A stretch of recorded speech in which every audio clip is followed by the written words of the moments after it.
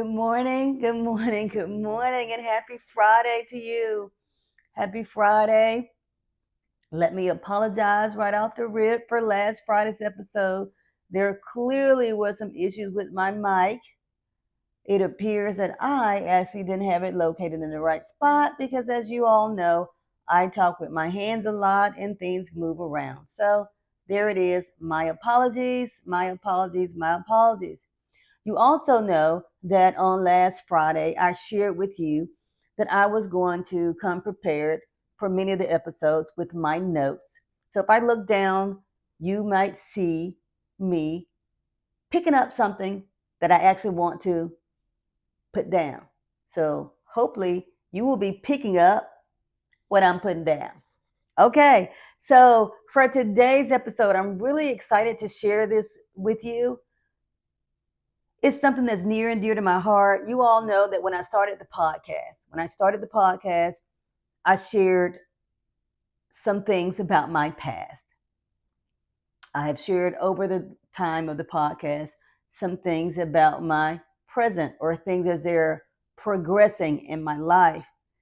But you know that one of the things that is really near and dear to my heart are healthy relationships.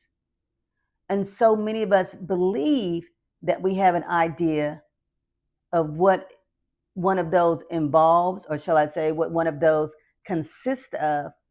But we often forget to look at ourselves and what it is that we're doing to add to the creation of a healthy relationship. Because remember, there are times in which the relationship may need some growth. And if the two people who enter the relationship are not positive about how to create this growth for healthiness, then that is where the issues come in. So let's talk for a few minutes about how it is that we do that, how it is that we create healthy relationships. So, one, we are going to begin with respect. If you are seeking to have a healthy relationship, then you are going to begin with a foundation that is built upon respect. I know you thought I was going to say love, but when you first enter a relationship, you are not necessarily in love. So let's begin with our first layer, our foundation being built upon respect. And when we say respect, it's more than just being polite to your person. It is much more. It is understanding their boundaries, any boundaries that they have created that allow them to still feel like an individual or to allow them to see your relationship to flourish. We are going to respect those boundaries. We are going to respect the differences. So many times when people are looking to start a relationship, they were looking to find someone whose mindset is identical to theirs. I am telling you today that is not a requirement. Yes, you should have some similarities about how you want to raise children if you are planning to have a family. Yes, you want to have morals that are similar. Absolutely. But does your entire mindset have to be 100% identical? Absolutely not. You should embrace the differences and thought processes that your person brings to the table. It only allows you to grow both individually and as a couple. Think about it. If your person has a strength and something, yet you do not, utilize it. Utilize it. And when you have your conversations, don't dismiss their difference. Do not dismiss their difference. Embrace it because it could actually elevate this direction or the journey that the two of you are on. Respect their time. I say this all the time to people. Respect their time. When someone makes time for you, that means they are making you a priority.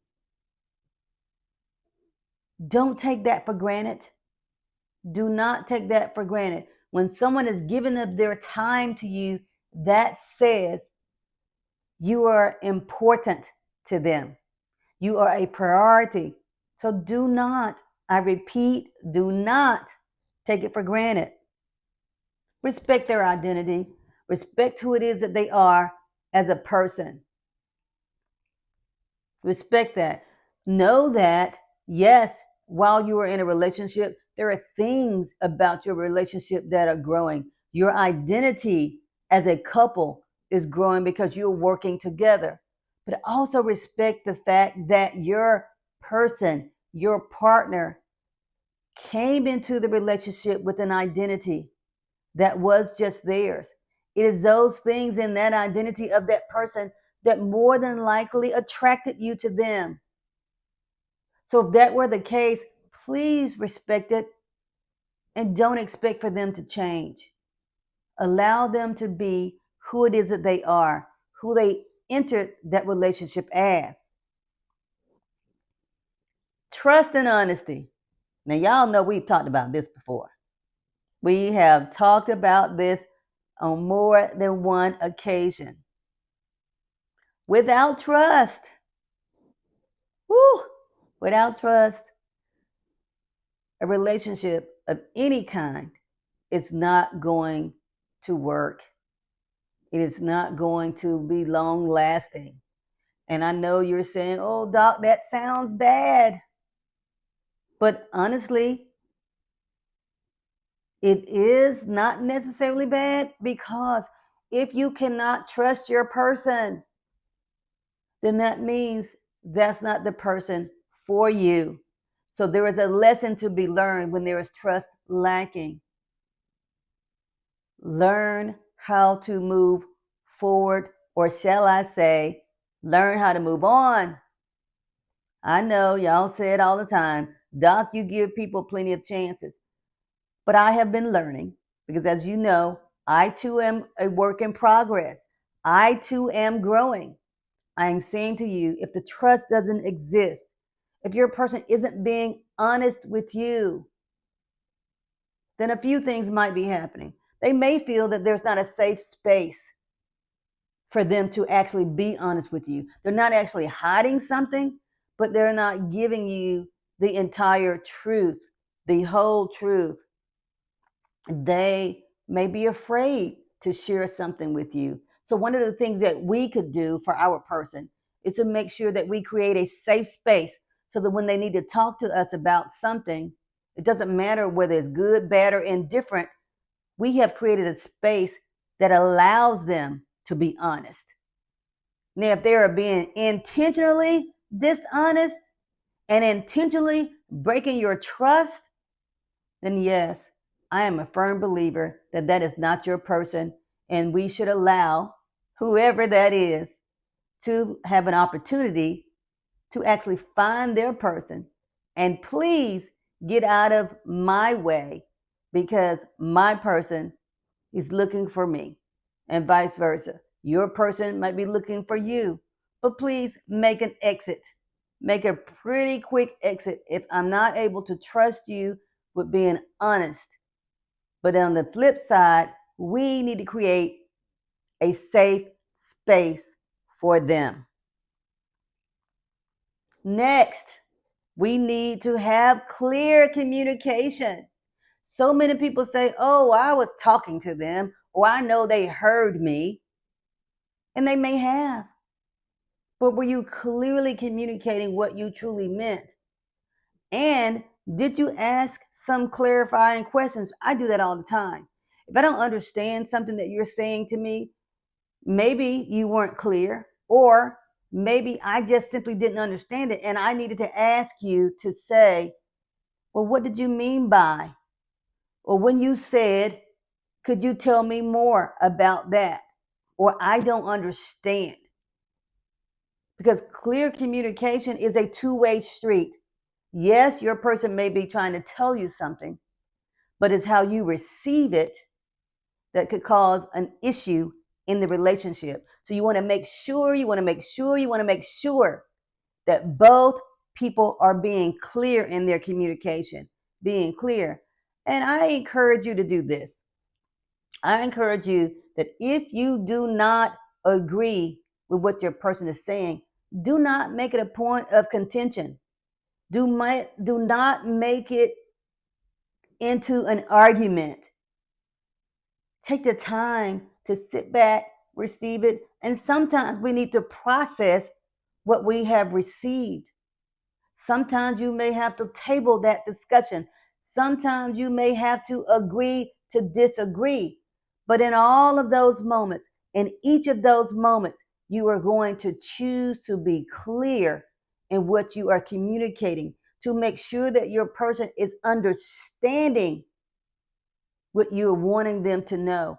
Because misunderstandings when we're communicating often leads to disagreements, often leads to an argument that we didn't necessarily need to have. So be clear in your communication. Make sure they understand. And if you, as the other person, does not understand, ask clarifying questions. I touched on this just a second. The next thing that we need is to know how to have healthy conflict. You're not always going to agree. You simply are not. And trust me, it is okay. So many people think that we have to agree with our person all of the time, every single day. We don't. But we have to know how to communicate that. We have to know how to tell our person that we may not agree. We also have to know how to resolve this conflict, how to resolve it. Are we talking this through? Are we compromising? Are we working on this together? What is your solution? All of your solutions to healthy conflict should involve things like talking it through, writing down maybe your pros and your cons. Again, like I said earlier, you may table it for a while. You may agree to disagree, but each of those choices are going to be healthy. There shouldn't be any raised voices. There should not be any profanity. There should definitely not be any physicality. Any of those things are not healthy. So when you resolve your conflict, make sure that you're making a healthy choice. Now, the last two things I want to hit on very quickly, very quickly are mutual effort. Mutual effort. A relationship is not going to last for the long term, or as some of us say, for the long haul, if only one of you is making an effort. If only one of you is making an effort, you have almost guaranteed that your relationship will not last for the long term. And for those of you who talk to me on a regular basis, I know that you're looking for the long term. So if indeed that is true, you're going to both work on it. You're going to work together. Mutual effort. Mutual effort. And the very last thing I want you to remember is this: leave room for individual growth. Remember what I said? I said that we all enter the relationship as individuals. We are going to have differences from our person, but do not stifle that person's individual growth, because the more they make progress as an individual, positive growth and progress, it bleeds over into your relationship. And just know this: that is an absolute beautiful thing to watch your person grow as a person, as an individual, and then bring that positivity back into your relationship. Let me tell you, the absolute sky is the limit when we do those things. So I challenge you today. My challenge to you today is to make sure you begin with respect. You begin with that respect. And if we do all of these things, all 6 of these things that we talked about today, what happens? Y'all already know. Love is going to win, honey. Love is going to win. Do those things. I challenge you. I challenge you. I challenge you. And as always, let love win. Let love win. Because I am telling you, if you have not been able to tell by my face, my expressions, honey, Dr. Tammy is letting love win. Please do the same. Please do the same. Let love win. Reach out to me if you need me. If you need my books or my services, you already know how.